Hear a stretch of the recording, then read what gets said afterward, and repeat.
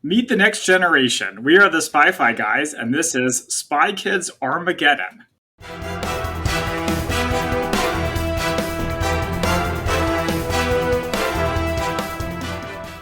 Hello and welcome back to the Spy-Fi guys, where we cover spy facts, spy fiction, and everything in between. I'm Zach. And I'm Christian. And today we have a Dead Drop episode for you. Yeah, so this is the newest Spy Kids movie, which dropped recently on Netflix. So I'm a little unclear. Is this a reboot, or are the other movies still in continuity? Because they make no reference to them at all. Isn't the OSS the same from the other movies? Yeah, but I mean, they don't reference Junie and Carmen. That's true. Or Antonio Banderas and Carla Gugino. Yeah. Okay, so that is our guest star, Alanna, who spoke without waiting to be introduced. I wasn't sure what the protocol was. It's been years since we did Spy Kids. Years. Okay, yes, you may remember Alanna from our coverage of the original Spy Kids. And we have not had her back until this James Bond draft, but now she is back for Spy Kids Armageddon. Now, on IMDb, the trivia says this film is a reboot to the original Spy Kids franchise. Interesting. Okay. All right. So, wow. Well, unless this movie doesn't do that well and they decide they need to bring back the original Spy Kids as a team-up movie kind of thing. Ooh, that would have been a good idea. Andrew asked me if Gina Rodriguez and Zachary Levi were the kids from the original movie, and I was like, well, they were siblings, so I really, really hope not. Ooh, no. It's a very close family. Well, they kind of already did that idea, Zach, though. Not the incest part, but the bringing them back as adults for the fourth movie, all the time in the world. Can't wait till we get to it. I want to see them in adults, 10 years. Yeah. We just have too many franchises is the problem. All right, Zach, do we have a synopsis? Yes, we do. So, as always, we do our poetry synopses. Yes. Alanna, do you come up with any poetry, or is it just me this time? I have a favorite quote. Okay, that's later. Okay. So here's the haiku. And the haiku this time is a theme, which is the lessons of the movie. Oh, there are a lot of lessons. Okay.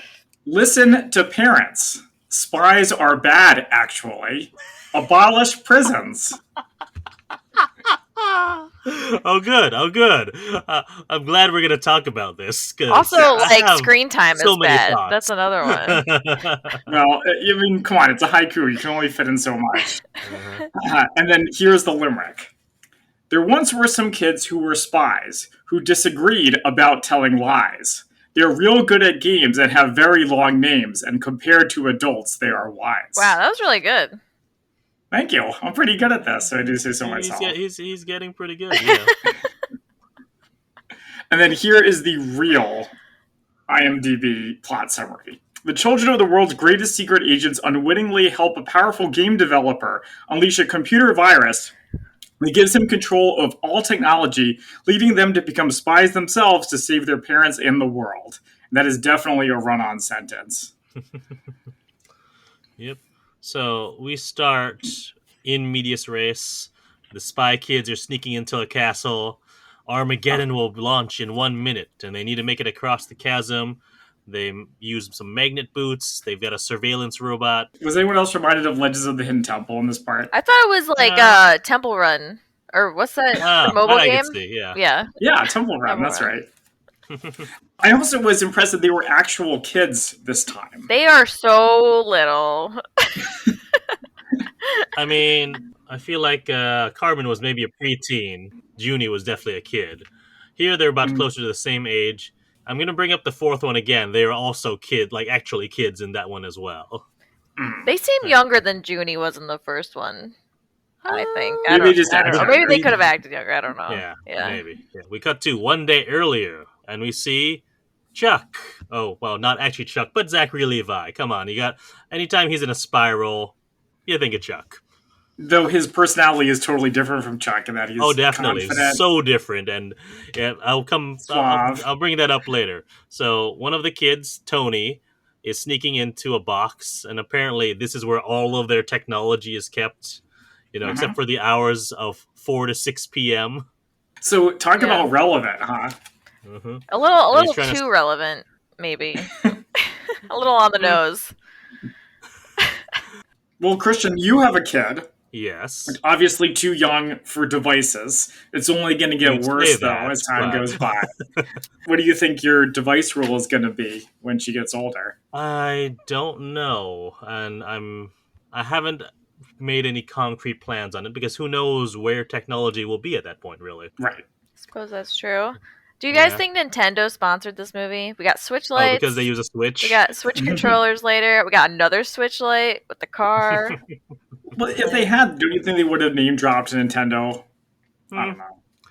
No, they just, well, okay, I don't know. Nintendo's anytime kind they're of touchy. sponsored like that, like, in the Bond, especially Casino Royale and Quantum of Solace, they show the Sony Vaio logos super prominently, but they never call out in the film, oh, let me check on my Sony Vaio. Yeah.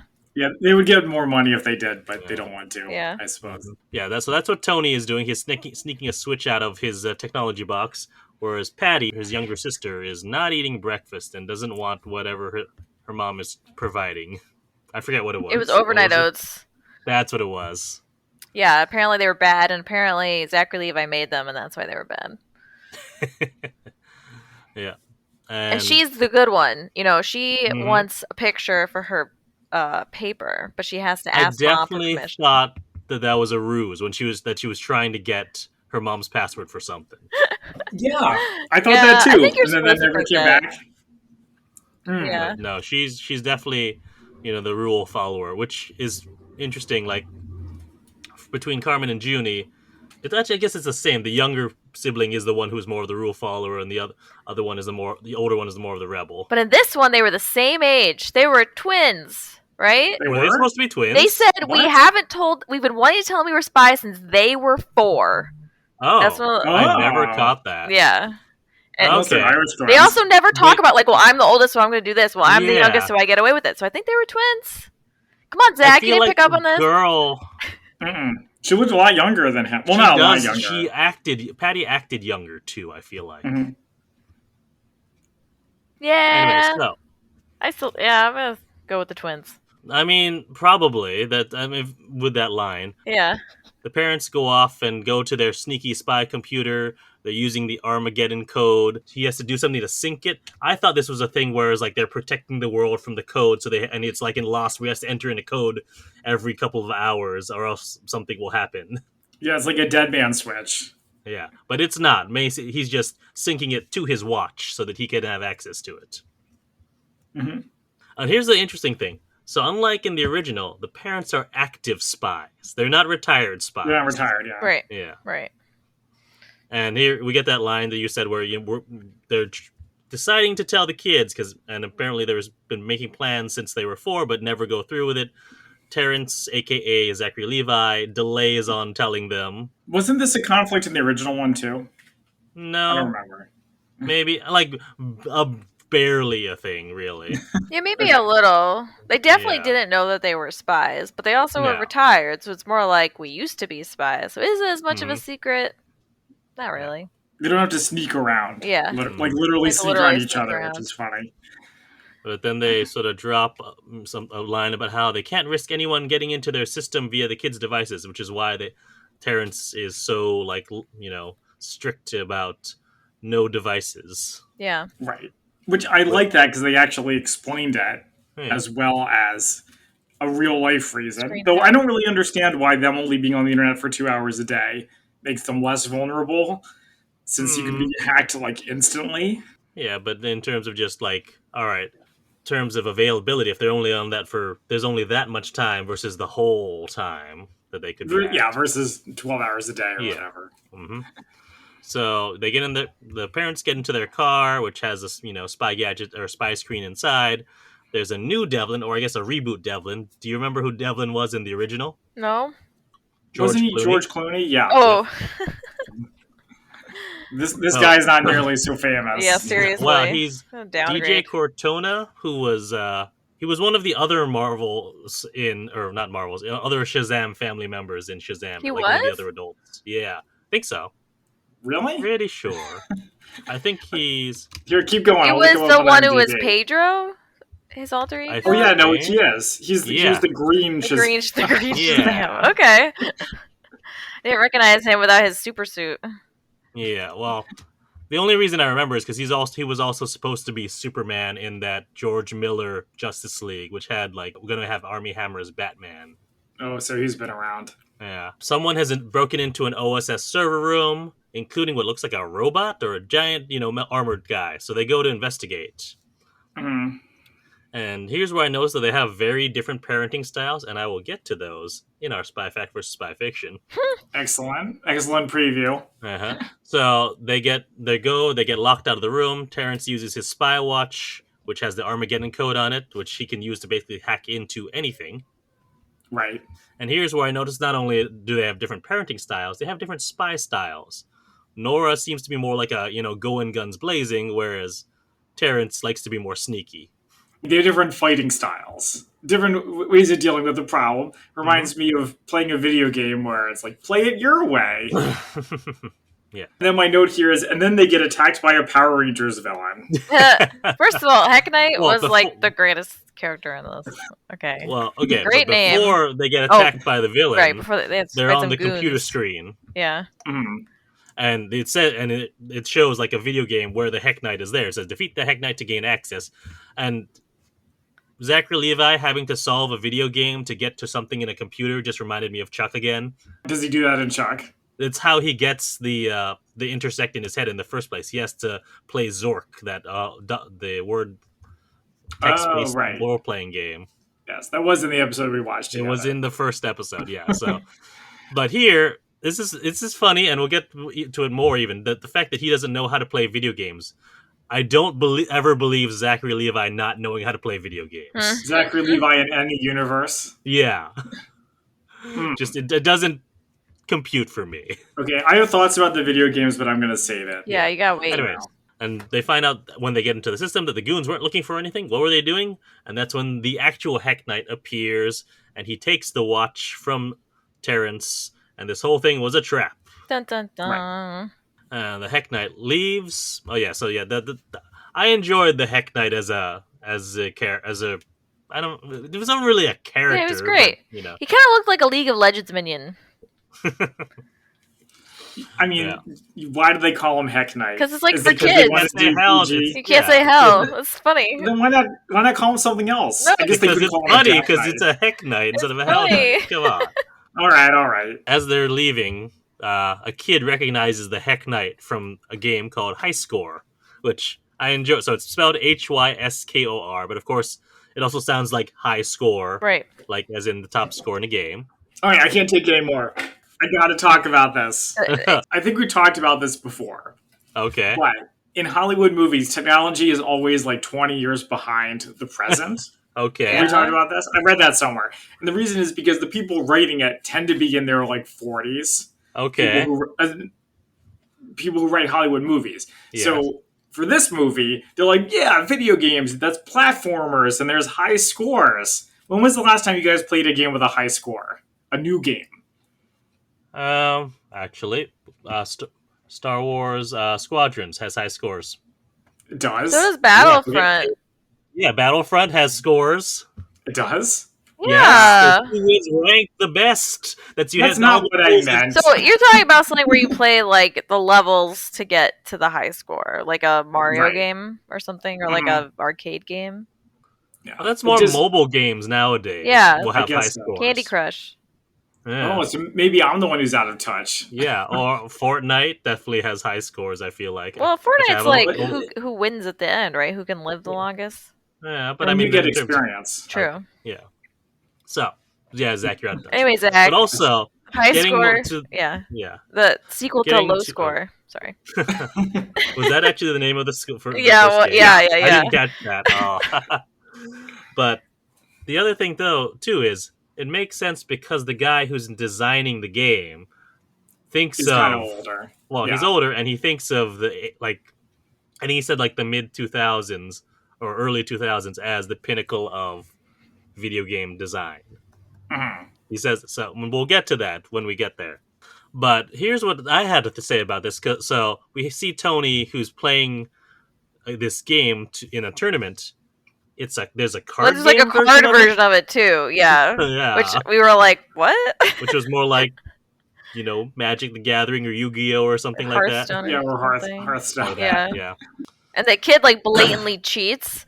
Oh yeah. He pulls it out of his wrist. He doesn't even try to hide the fact that he didn't even take it from his hand. So he's got the same number of cards in his hand, and then he plays this other seventh card. It's like, come on, dude. I mean, he is a kid. Unfortunately, his opponent is a kid as well and doesn't notice. Yeah. I like this. This is the only part where he cheats in the whole movie, even though they talk about it a lot. He was cheating at the beginning when he takes his Switch out of the box early, right? Right. Yeah, he breaks the rules. Yeah, he's a rule law. Yeah. He manages to win the tournament, which gets him early access to the game high score. Right. And we also get an info dump about the inventor, who's like a genius recluse, who's nicknamed the King. I forget what his actual name is. It was Ray Kingston. So something King was that, in it or something. Yeah. Yeah, Ray the King Kingston. I have IMDb right here. And apparently he also he uses VR to design his game. So he gets into a VR pod and designs it around him. Yeah, so it's basically Ready Player One. Tony wants to stay up all night playing high score, and he needs Patty's help to get around the parental restrictions. Again, very current. Mm-hmm. And she makes... is this where she makes the map of the squeaks in the hallway? Yes, she does. I enjoyed that she had... Because, I mean, I know for different reasons, I don't want... Mainly so I don't wake up my daughter when she's sleeping. I wish I had a map of which stairs creaked and where they... So I think it's a great idea. When Zachary Levi was walking down the hallway, and he's like, how is this house squeaky? I thought his kids had done something to make it squeak. No. So they would hear him when he's coming to check on them. Because they're spy kids. But they're not yet. Meanwhile, the Heck Knight reports into the King. Apparently, he wasn't able to get the code from the watch. It was just, the actual Armageddon code wasn't stored on there. It was just a synchronous device that could be used with it. So the King realizes that the code must be in the house. Yes.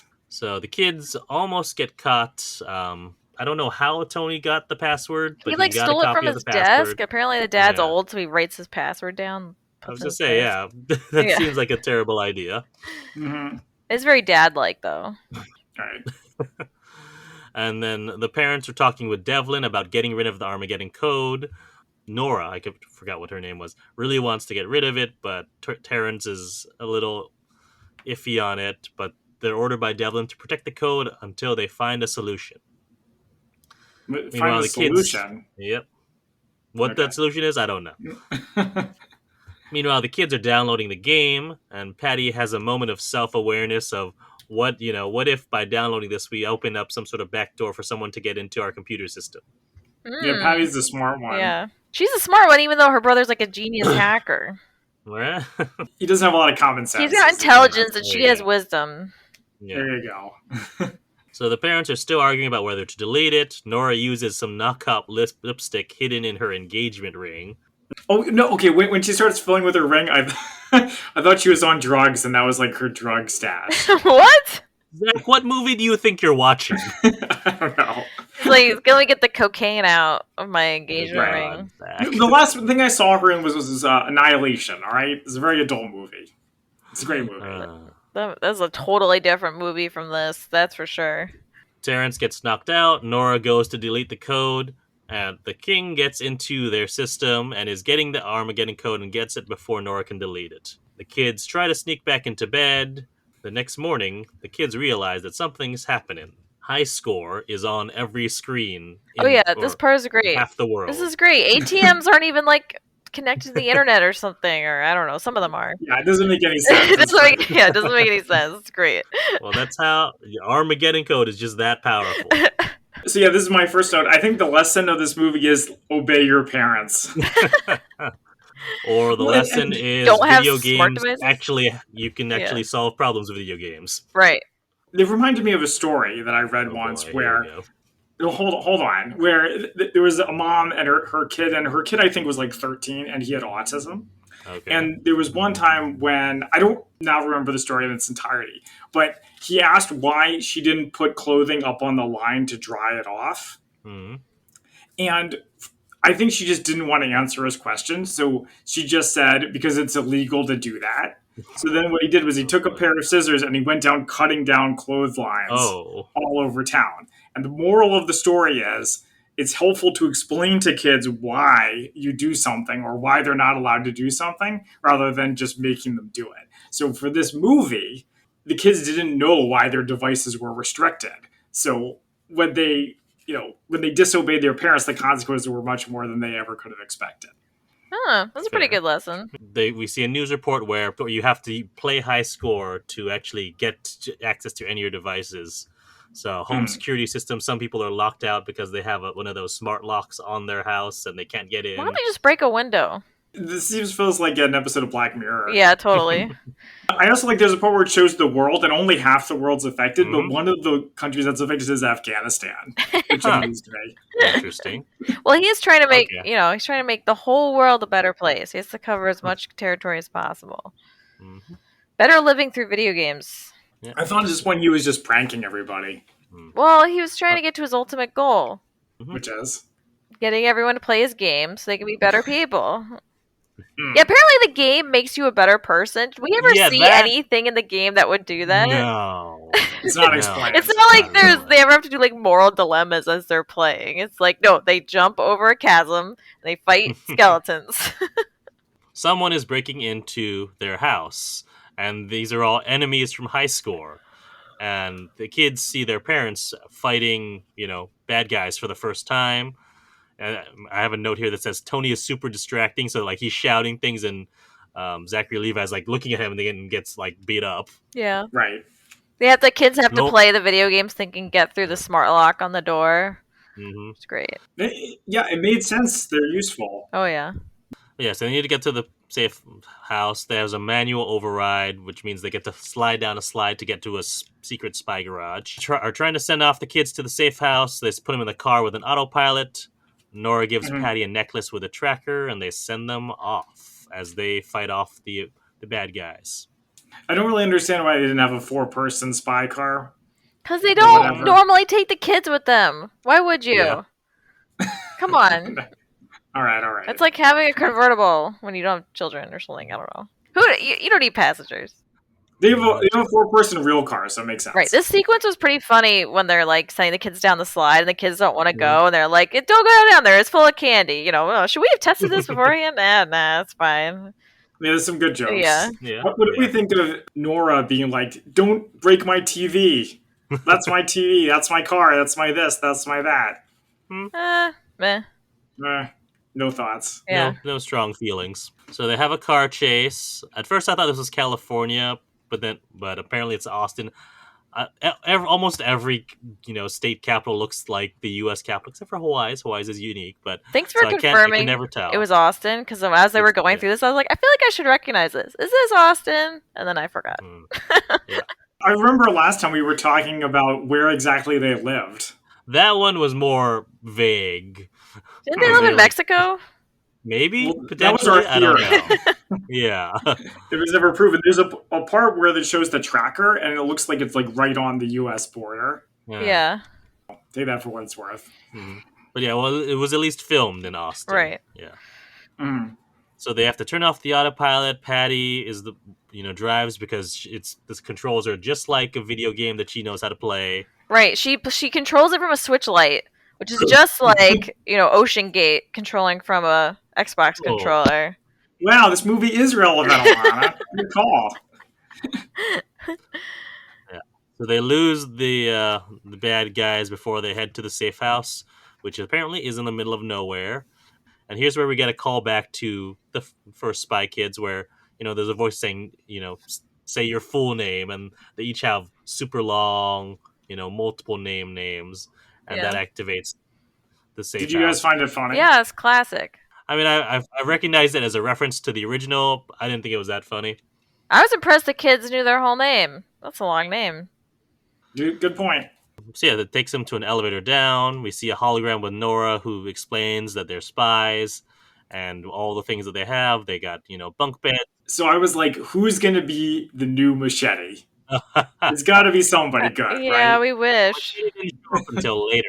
I did miss Machete in this movie. You needed somebody. Yeah.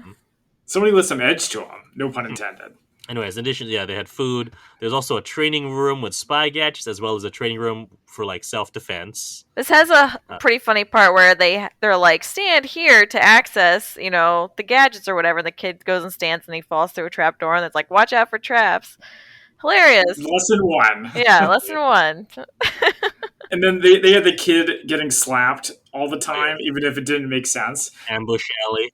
But yeah, you don't see enough movies where kids get slapped in the face. Kid slapstick. I don't know, how many kids' movies do you watch, Zach? Only with you, buddy. Okay, so there could be out there, you just don't know it.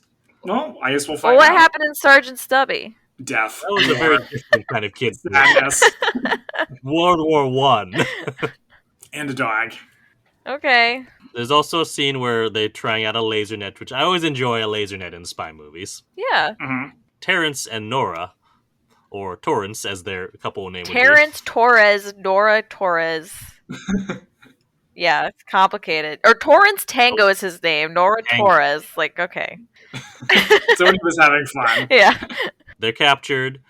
Terrence is still experiencing side effects from the sleeper kiss, and they're in a jail cell. And apparently the door is open, so they go out and they meet the king, who they ask him, why are you forcing everyone to play video games? And he doesn't really give a good answer. It's like, I want to make the world better. I like that he actually has a reason for keeping them alive, which is that he needs their help to find the other half of the Armageddon code. But I also have a note here, there's a lot of unnecessary dialogue in this movie. Like, there's a part where they're walking around outside the cell, and Nora says, very interesting. Uh-huh. Oh. Stop talking. I mean... I'll have a better example later. This also is when he's like, it's not working, I need you to fix it. And she's like, have you tried turning it off and on again? Taking it out, blowing the cartridge? I thought that was good. The environments also looked quite good in this movie, considering it was probably made on a budget. Yeah.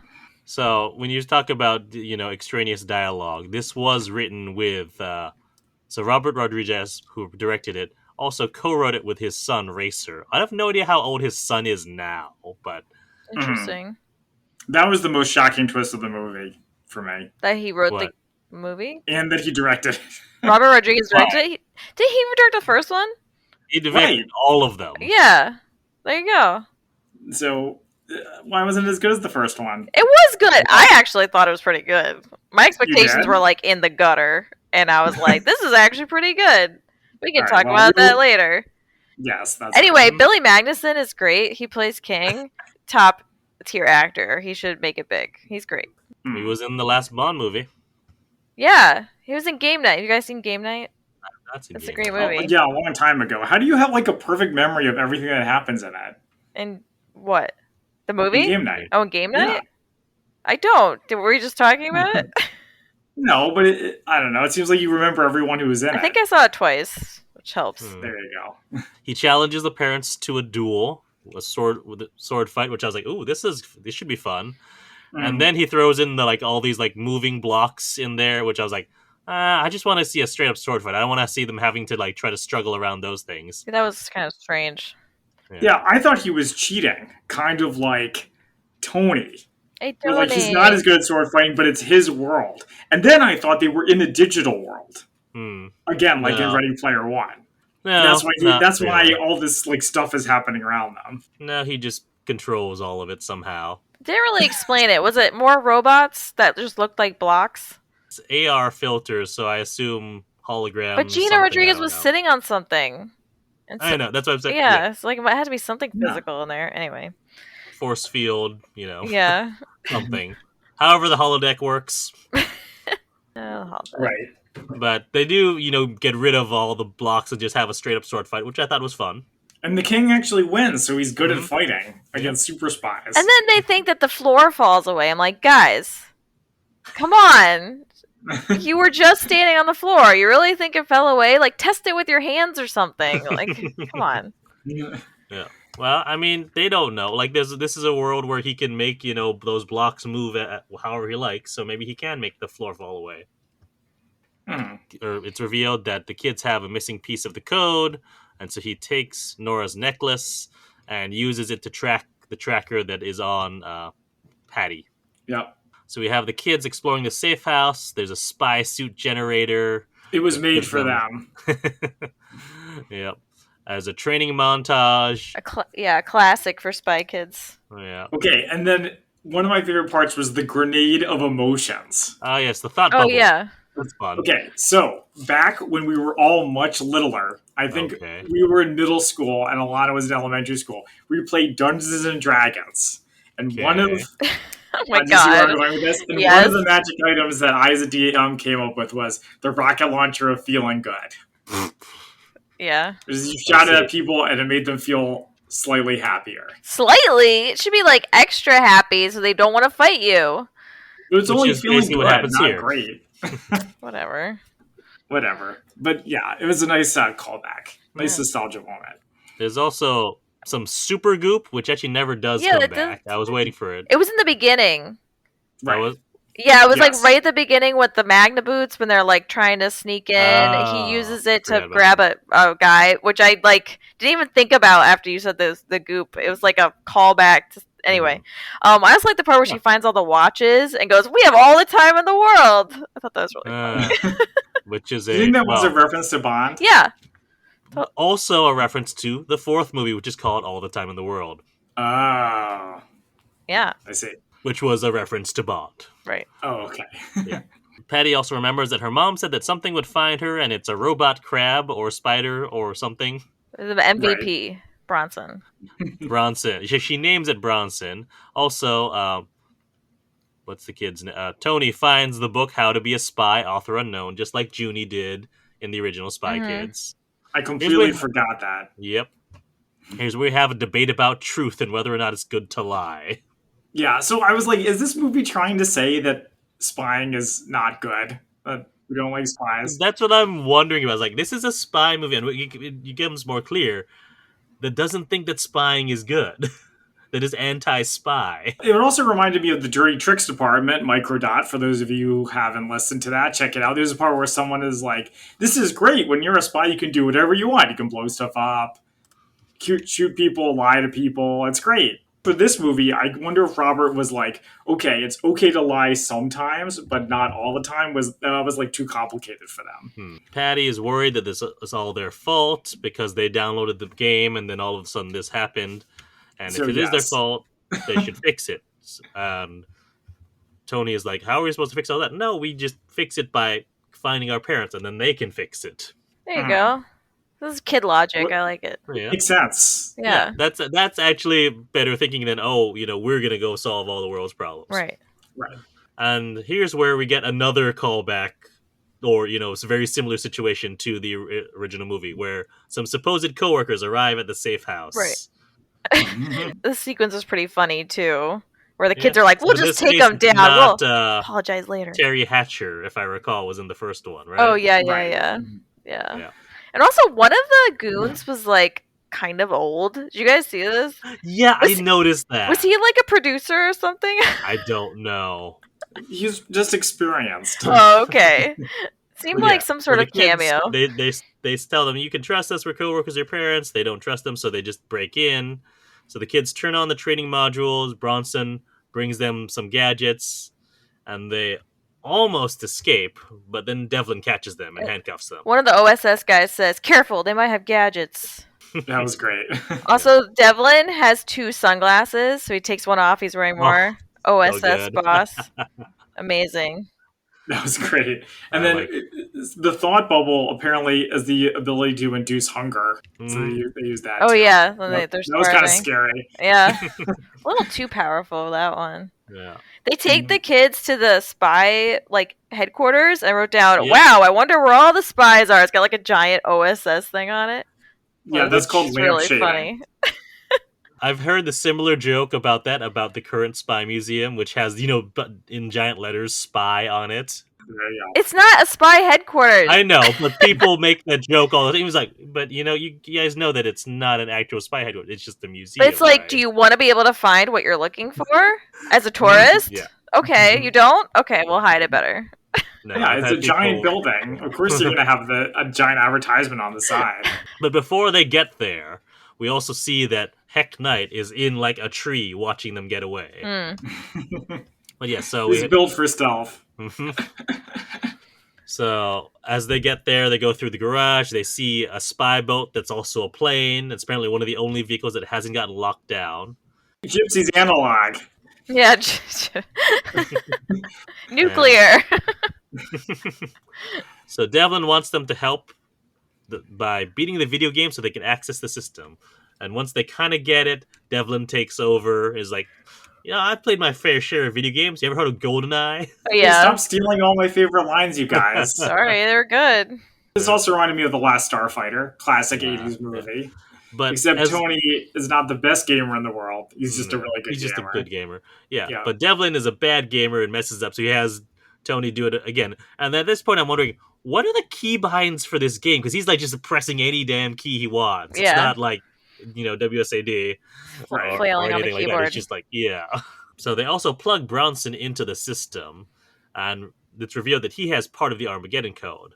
And they realize who's actually behind all of this, and it's the king. Right. And as soon as they figure that out, the high score goons are infiltrating OSS HQ. As this is happening, everybody. They fight, and the kids realize they need to get away, so they reverse the tracker and figure out where their parents are. The room gets locked down, goons infiltrate, so they got to get the code out of there. We get a call back to the laser net, and then Devlin decides, no, the code is safer with me. So he takes it, but almost immediately the Heck Knight gets the code from him. Okay, so speaking of the laser net, there's a part where someone throws a laser net and someone's like trapped. I was like, what's going to happen if they go through the laser? It was like, they're not going to get like hot in half. Yeah. What? It's going to hurt? Yeah, I guess so. I don't know. The last time was those little hands things that came up and slapped them. Well, that was the training module. Right. It's not here. Right. I don't know. Don't worry about it. Anyway, Devlin's like, let the adults handle this. He takes the code, and Tech Knight grabs him, or Heck Knight, and he just like hands it to him. He's like, here you go. So the kids take the OSS Super Ducky to chase the goons, but almost immediately the boats that they're chasing go underwater and become submarines. So they go into airborne mode and fly to their parents' location, where we have yet another moral discussion about spying. Right. And he's like, go by the book. The book. Yeah. Gotta do your cooking by the book. So the kids arrive at the king's base, and they make a note about the polygon-based architecture. And this is where they make that comment about, the mid-2000s or like early 2000s having the best, game design. Apparently it is not, in fact, a digital world, as it turns out. Nope. But there is an AR overlay on a bunch of stuff. Well, that's a pretty good explanation. I'm impressed that Robert Rodriguez was like in the know about that. I mean, he's got kids. Pokemon Go, it's everywhere. Yeah. The Armageddon code was based on plans from a weapon from an old mission, and he brought those plans, or Terrence brought those plans home and was trying to use them to build Armageddon code, but he couldn't actually solve it. And Tony's actually the one who finished the code. Yes, that's very plausible. Dun-dun. Tony's a super genius. Yeah, he's a genius. And that's when he put up the tech restrictions. Instead of congratulating him for, figuring it out, after that is when he started putting up the tech restrictions. Instead of, praising Tony for figuring it out, he actually was, scolded him, and that's why, he's so strict about the technology stuff. And it's revealed that, he thought he was confessing all of this to Nora, but it was actually the king with an AR overlay on himself. Very nice. Yeah. Classic. And the king already has the other piece of the code, and now is going to put them both together. Apparently, at some point, they have a discussion where it's not so easy to unmake the code. It's like the one ring. They can't just delete it. Mm-hmm. Even though that's what they were doing earlier, but whatever. Well, you could delete it, but you can't... I don't know. Yeah, what's the difference between deleting it and then whatever she just says to try to do? I don't know. Yeah. It can still be recovered. It's like the atomic bomb. Like, once knowledge is out there, it can't be unmade. So the kids are sneaking around. They find the computer terminal, download a map, hide from some guards. They realize that the high score characters are also just, AR overlays on robots. So this guy could build robots. That's a really good ability, too. Well, he's he's a tech genius recluse. So that would make the world a better place, too. If everyone had a robot. Not if you've watched that animatrix short, The Second Renaissance. Or that other movie, Ex Machina. Or that other movie, I, Robot. Yeah. That other movie, Terminator. There you go. We could go on all day. Mm-hmm. They're like on a ledge, so the only thing to do is jump, use a grappling hook to save themselves. Yeah, I was saying how earlier it wasn't a bottomless pit, and the parents should have known. In this case, it was a bottomless pit. It's a good thing that they checked. Yep. So they go to find their parents and break them out. We find out the whole backstory of Operation Fireball. They broke into this bad guy's lair, and Terrence got the weapon while Nora took out the bad guy. She negotiated aggressively. Mm-hmm. Yeah. I wrote down that Patty's off her rocker because she tells them that they should have just been nice to the bad guy and said, everything's fine. Operation Peace and Happiness. Yeah. Yeah, she comes off kind of condescending when she says it, too. This is a spy movie that hates spies. I know. It's an action movie that hates action. Why does it have so much action? It's talking about a mixed message. Right? Yeah. Anyways, once they hear the backstory, they realize, all right, the only thing we need to do is to get to the computer terminal and stall for time and wait for the OSS. Yeah, great plan. Doesn't seem, speaking, since the person they got the other piece of the code from was Devlin, I don't think that's a great plan. Nope. But the kids are the ones who have magnet boots, so they're the only ones who can actually get to the terminal, so they have to do this. Whereas the parents, I don't know what they're doing at this point. Apparently they just do nothing. They just wait for their kids to do it. And so here's where we catch up. They split up to do something. We don't know what they were doing. Yeah. Where'd they go? Mm-hmm. So at this point we catch up to the beginning, and Tony's trying to beat high score to stall for time, but they don't stick to the plan. Instead, they go to the top of the pyramid to find the central computer. Here, Tony recognizes the Armageddon code. Apparently, the reason why his dad couldn't figure it out is it had a trick to it. You couldn't tell if the code was completed or not, and you had to do the same steps backwards. Mm-hmm. But Tony does so, thinking that he had just deactivated the Armageddon code, but instead he actually just integrated the two parts of it, which I thought was pretty clever on the king's part. Yeah, the king's smart. Yeah. Actually. He's a good villain. Yeah, so the parents... Well, here's where we find out what they were doing. They were just getting captured again. Right. Right. Well, again, just like in the original one. Yeah. And we find out Vargos was King's father. Yep. Dun dun dun. Here's the interesting line. He said that, he used technology to make our home a better place. Was he always, I wrote down, he says, our home country a better place. It's like, why did he say that so weird? Who talks like that? Then he also says, like, was he always... I forget the line. Something to the effect of, did he always have his head in the right place? No. I was like, Oh, well, I was referring more to, like, why did he say our home country? Like, nobody talks like that. Are they trying to make it intentionally vague about where the movie takes place? Probably, or where he's from, yeah. Yeah. Sure.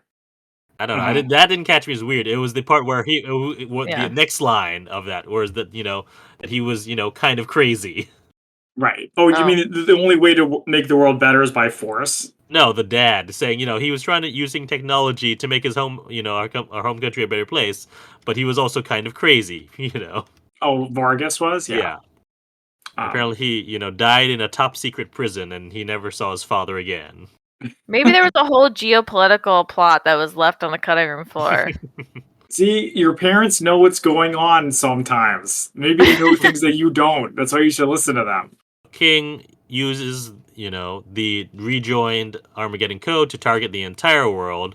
And is this the first time we get the mention of how high score makes you a better person as you play? I feel like this is the first time I noticed it. Yeah, I think you're right. It might have been in the info dump about him in the very beginning, but I don't really remember it.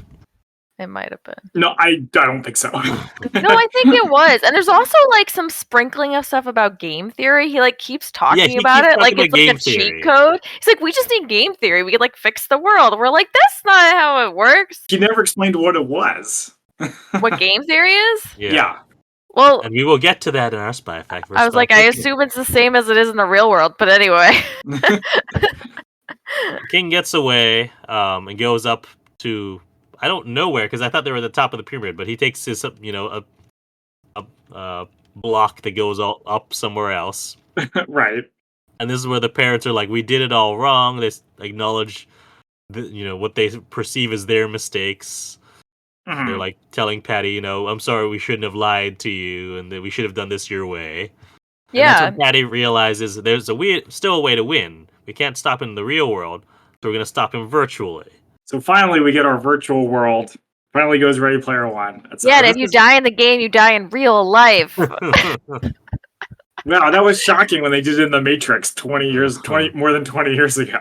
Yes, but how many of the kids that were watching this that this is meant for have seen the Matrix? I suppose that's like their first Matrix. What about Sword Art Online? I feel like that's again too old for this audience. Kids. Not for children. Like they said in the beginning, King uses his VR pod to design his game, but he's also using it to control Armageddon code. So they're going to use the other VR pods to beat him, but they've got to do it, her way. No cheats, no tricks. And Tony throws away the spy book. And why no cheats or tricks? Because that's not what real people. I don't know. It's not explained. I know it's really unclear. It's because they realized that if they had done things Patty's way in the beginning, a whole situation would never have happened. Well, there you go. Just told the truth to begin with, and not. Yep. Yeah, so there's a part where they use the grid on robots, and for some reason it works on robots, even though they don't have thoughts. Nanite. They still have feelings. Robots have feelings, Zach. No, they don't. We've established this. Just like in that movie. Just like Casino Royale. Yeah, that's the first time we talked about it. Were there robots in Casino Royale? In the 1967 version. And yes, he was a robot. You argued that he wasn't a robot, but he was around. I argued he was a cyborg because he felt love, and robots can't feel love. It's science. But Wally? Come on. So this part, I liked it. It reminded me of the kitty glitter from Spies in Disguise. I forgot what the kitty Now that's a callback. It has a cute cat, and all the bad guys get distracted. They're like, "Aw." Yeah, that's right. Yeah. And I hear the parents don't understand what's going on. Apparently, they're at the final level of the game, which is like a platformer. Yeah, it's a platformer crossed with like Gauntlet because they beat up a bunch of bad guys. And there's a joke where someone says, "Oh yeah, it was the die in the game." There was like, "You always told me video games would fry my brain." Why is it that every parent uses that exact phrase? Because they heard it from their parents. Yeah. I guess so. From like NBC News at 10. Video games fry your kid's brain more at 10. Do you know where your children are?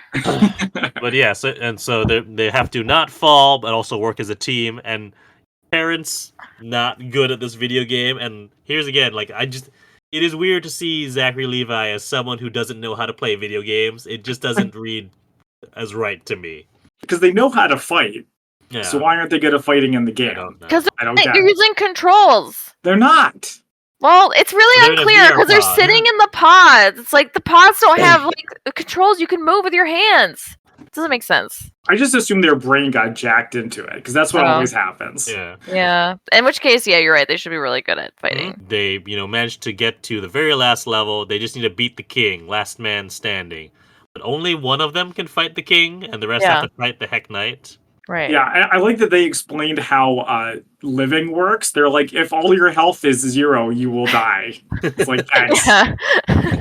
Thanks for that. And so, King is like deleting nuclear launch codes. Yes. I'm like, oh, that seems good. Keep doing that. Yeah. It was great. Also, whoever filmed this fight, I'm kidding, obviously, it's Robert Rodriguez. He must have gotten some inspiration from episode 3.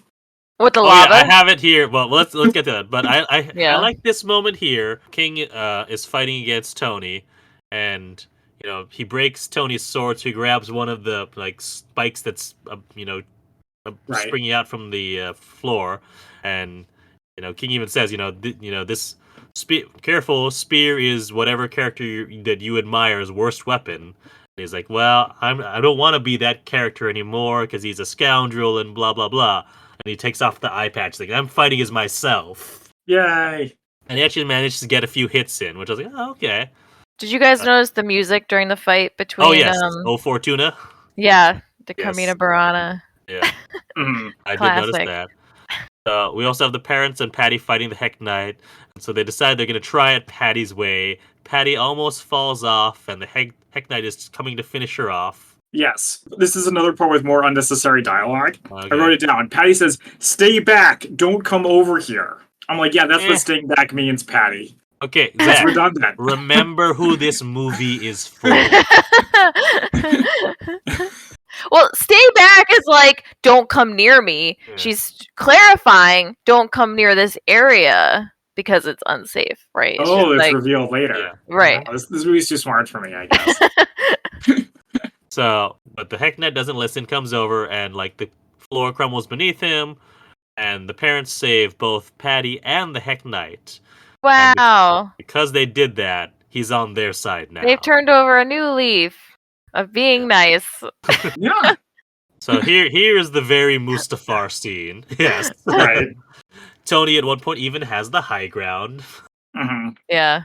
When he's playing fair, it doesn't really seem to make a difference. Well, but it does. So Terrence is trying to, sees them all fighting, and he's like, "Oh, I need to do something to help." And Patty's like, "No, you can't. That's cheating." But he does it anyway. He launches like part of his hammer towards the king, and Tony, still trying to play by the rules, is like, "No, we can't. You can't do this." And he actually jumps and takes the hit instead of King. Wow, that is very honorable. Which brings him down to 5 out of his 100 HP. And then after that, King defeats him easily by just poking him with a spear, or with his hand. Right. Right. But before he, dies completely, it's revealed that Tony gets the legendary one hit, which was set up all the way in the beginning that I didn't even think to write down because I didn't think it would come back. So he's literally saved by a Deus Ex Machina. But then it's revealed later where Patty, in kind of a condescending manner, says, "You could have taken the one hit out, but you left it in." So it's like a little bit of like, maybe he wanted to be defeated. Yeah. It's that he still believed in goodness. There's still good in him, blah, blah, blah. Yeah, well, I think he's like, somebody prove me wrong. Somebody stop me.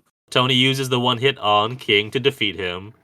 And yeah, King believes that the only way to change the world is by force, but Tony tells him there's another way. You have to inspire everyone to change.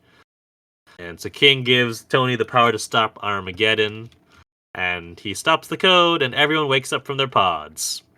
Yay. And then they're like, "We're not going to send him to prison. We're going to rehabilitate him."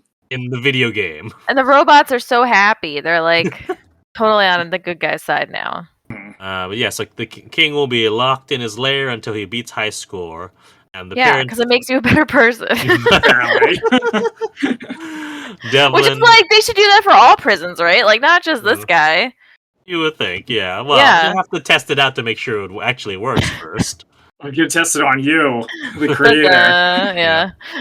So, Devlin is there and says, "Okay, I guess we'll do this," because apparently part of the spy rulebook says that the ranking OSS member who apprehends someone gets to choose how they're imprisoned. Which is, wow. It makes no sense. Yeah. And the parents tell Devlin that they want to quit the OSS because they want to figure out how to do things their own way, which is, Patty's way. And then Devlin's like, "Well, I'm going to destroy Armageddon, and we're going to be nice now," and so that everybody rejoins the OSS. Including the kids. So weird. Again, this is a spy movie that hates how spies work. Yeah. So, 6 months later, everyone's getting into their spy cars. We find out from a news report that King has beaten the game, and now he's helping people with technology, and is calling himself the court jester, which is a reference back to something that I keep wanting to say Junie, but no, Tony said earlier. And with that, our movie ends. I wanted to see the kids' desks. Because he said something about, "I'll see you at your desk on Monday morning." Right. Oh yeah, they'd probably be like small and cute. I didn't look to see if there was an after credits scene. I also did. I looked, there wasn't anything. Oh, okay, good. Alright, so that is the movie. Now it is time for our Spy Fact versus Fiction. So, Christian, why don't you go first? Okay. I think. Well, I've got one thing. We've talked about this before. Obviously, the OSS doesn't exist anymore. It stands for the Office of Strategic Services. It's a predecessor to the CIA. It was active during World War II. So, I also have something on game theory. So this is from Wikipedia. Game theory is the study of mathematical models of strategic interaction among rational agents. It has applications in all fields of social science as well as logic, science or system science, and computer science. Mm-hmm. One of the most famous examples being the prisoner's dilemma. Ah, yes. As shown in The Dark Knight.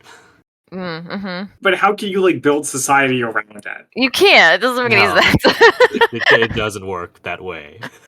I mean, I enjoyed that they took the time to make a reference to it, but there was not anything to really back it up. All right, so that's what I have on that. I've got something on parenting styles, and this is actually something that's come up recently with me because we're trying to figure out, all right, what kind of parents do we want to be? So, my wife Carolyn, who's been on the podcast before, actually sent me this link from a blog called Eco Feminist Mama, and it's a baby blog. It's called Gentle Parenting Explained, and they have a nice little graph of it's a X and Y axes where you have on your one axis you have high and low. Your high would be expectations and control. The other axis is responsiveness and warmth. So in one corner we have authoritative, which says it's high but realistic expectations that take child's age and developmental capacity into account. You're warm and responsive towards your child, flexible but able to assert clear boundaries, democratic and willing to listen, and it understands that so-called misbehavior is a child's ways of communicating. And from my analysis, this is where Nora sits. She understands, the level of developmental capability that the kids have and how they should react. Whereas on the other end where I'm putting Zachary Levi's character is authoritarian. High, often unrealistic expectations of child, emotionally distant, parents are to be obeyed. Uses punishments and reward systems to get children to behave in the desired way. Children are expected to be emotionally independent and behave like adults. Just from my reading, especially this whole thing about all the, being restrict on technology and, punishing him for solving that because he couldn't solve it. That's where I put him. It's a little bit harsh, but I can see where you're coming from. But he evolves his way of thinking to become more authoritative rather than authoritarian. Yes. And he also had good reasons for some of that. Not all of it, but some of it.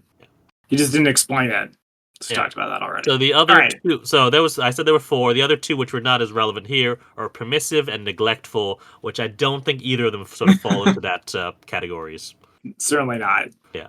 All right, so what do you got, Zach? Okay, so at the Spy Museum, which we've talked about before, they have a cyber section, and they talk about, is there a master key that unblocks every device, kind of like the Armageddon code? Unfortunately, it was just from my memory. I couldn't find something on the web about it, but the short answer is no. But there are devices that can unlock an iPhone. So according to Tech Heiress, so do you guys remember the San Bernardino shooting in Texas a long time ago? Oh, I remember this. Oh. Do you remember the FBI cracking I do remember this. The shooters? Yeah, they used something called a gray key, which is a simple black box with a couple of lightning cables sticking out of it. They plug the 1 or 2 iPhones into it for 2 minutes while it loads the software. After 2 minutes, the iPhone is unplugged and left to sit for up to 2 hours. It will then power back on to a black screen, which shows the passcode to get into it. Oh. Now, that was a long time ago. Tech Heiress doesn't have much more info than that. Presumably, things have changed since then. And then finally, augmented reality, the integration of digital information with the user's environment. Unlike virtual reality, this is Wikipedia again, which creates a totally artificial one, AR is an overlay. The primary benefit of AR is that it manages to blend digital and 3D components with the real world, and it has a variety of uses from helping in decision-making to entertainment. I'd love to know what helping in decision-making they were talking about, but it didn't elaborate. I have no idea, yeah. All right, so that is it for Fact versus Fiction. Next, we have our favorite quotes. Alanna, as our guest, would you like to go first? So mine is from King, where he's doing the duel with the swords, and he defeats them. He's like, and with game theory, anything can be fixed, even this sorry world. That's what game theory does. Makes no sense. All right, Zach, what do you got? Oh, that's it. You're allowed to have more than one. Oh, you do? Oh, well, Yeah. I mentioned some of the other ones as we were going. Okay, so I liked another one by the King when he says, "Only way to make the world better is by force." Christian, don't get triggered, but I liked it because it's something like similar to what Batman says in The Dark Knight Returns. There's a part where Tony says, "I wanted to win, Dad, but I ended the world," which is funny.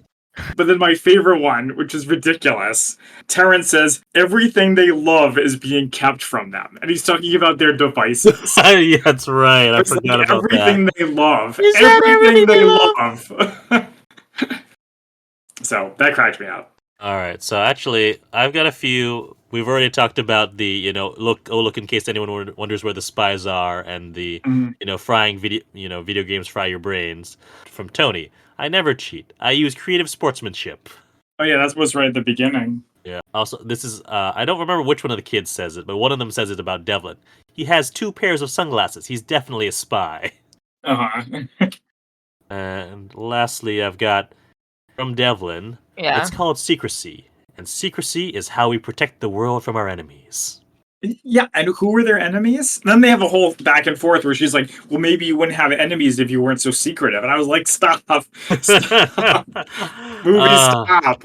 All right, so now it is time for our ratings. We rate our movies here, the Spy-Fi Guys, on a scale of 1 to 10 martinis. 1 being Avengers 1998 level, and 10 being Mission Impossible Ghost Protocol or better. How would we rate Spy Kids Armageddon? Alanna, as our guest, would you like to go first? Wait, okay. I don't remember what I gave the first Spy Kids. What did we give them? Well, Christian you has have it it? all written down. I do. Nice. Give me I one like second. it. So, Ada. Zach gave it an I remember, 8. Yeah, I thought it was pretty good. generous. I gave it a Okay. 6, and you gave it an 8. Nice. It was a weird reversal where Zach actually gave it more credit than I did. I must have been in a good mood that day. Or it's great. Great movie. All right. So, like I said, my expectations were like really in the gutter for this. And I thought it was pretty entertaining. They did a decent job with what they had. All the actors didn't really seem to be phoning it in. That being said, I don't think it was as good as the first Spy Kids, which is a classic. Right. What do I give it? Maybe like a 6.5 or like a 7. All right. So better than average. Yeah, I thought it was pretty funny. I was entertained. All right. Zach, Okay, so I will go next. I'm very curious. I don't know. My expectations were also kind of low. The movie is only an hour and a half, but it felt like it was really, really long. It did feel kind of long. Yeah, I didn't find the kids to be as likable as the kids in the first one, or the parents for that matter. The messages of the movie were really weird. The villain's plot didn't make any sense. So I'm going to be harsh on you, Alanna. I'm going to give it a 3.5 out of 10. What? All right. Wow. Very interesting. So, I also didn't have great expectations for this movie. And, it was fine. Yeah. It was, and I've actually seen, I don't remember if I've ever actually finished Spy Kids 3D Game Over. Mm-hmm. I've definitely seen the second one, I've seen the fourth one. And this movie is trying to be all 3 of them at once, because you have I remember in the second one you have the ancient temple kind of stuff in there. Third one you have virtual, the virtual reality stuff, or they go into a video game. Okay. It's too much. They didn't need that entire part where they go into the video game. It could have ended it right before that and wrapped it up there. That was just too much. I agree. It was unnecessary. I agree with Zach. The kids are not as likable as the as Junie and Carmen were. Also, the parents were not as likable as Antonio Banderas and Carla Gugino or something. Gugino? Yeah. Do you guys remember the part where Antonio Banderas is made fun of by another parent and fantasizes about spin kicking him? Oh yeah, through a window. Yeah. There was no moments like that. Yeah, they were just sort of stock parent characters. They weren't interesting in any way, really, other than the fact that it's Zachary Levi, although his star has sort of waned as of late. Yeah. So Yes. it was below average for me. So I'm going to give this a 4.5 out of 10 martinis. I really could have benefited from a machete type character. Yeah, someone to like mix it up Mm-hmm. a bit. All right, Lana, well, thank you for joining us. Anything you want to plug before you go? Another podcast, perhaps, that you do with your siblings? Spay and neuter your pets. Yeah, also, I guess you can listen to Tuesday Night Gaming if you want to. We're covering Ahsoka and it sucks. Boo! Let's end the podcast now before another argument is set off. Boo! So thank you all for joining us. You can find us on social media at the Spy-Fi Guys on Facebook, Twitter, we're still calling it that, and Instagram, and also our merch store, redbubble.com. Until next time, I'm Zach. And I'm Christian. And we are the Spy-Fi Guys, signing off.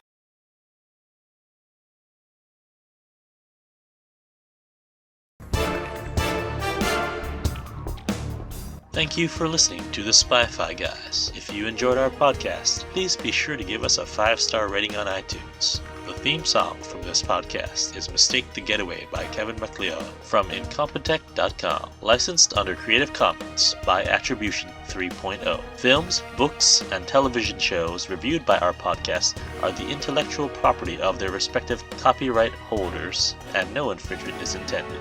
This is a personal podcast. Any views, statements, or opinions expressed in this podcast are personal and belong solely to the participants. They do not represent those of people, institutions, or organizations that the participants may or may not be associated with in a professional or personal capacity unless explicitly stated. Any views or opinions are not intended to malign any religion, ethnic group, club, organization, company, or individual. You can find our podcast on social media at The Spy-Fi Guys on Facebook, Twitter, and Instagram.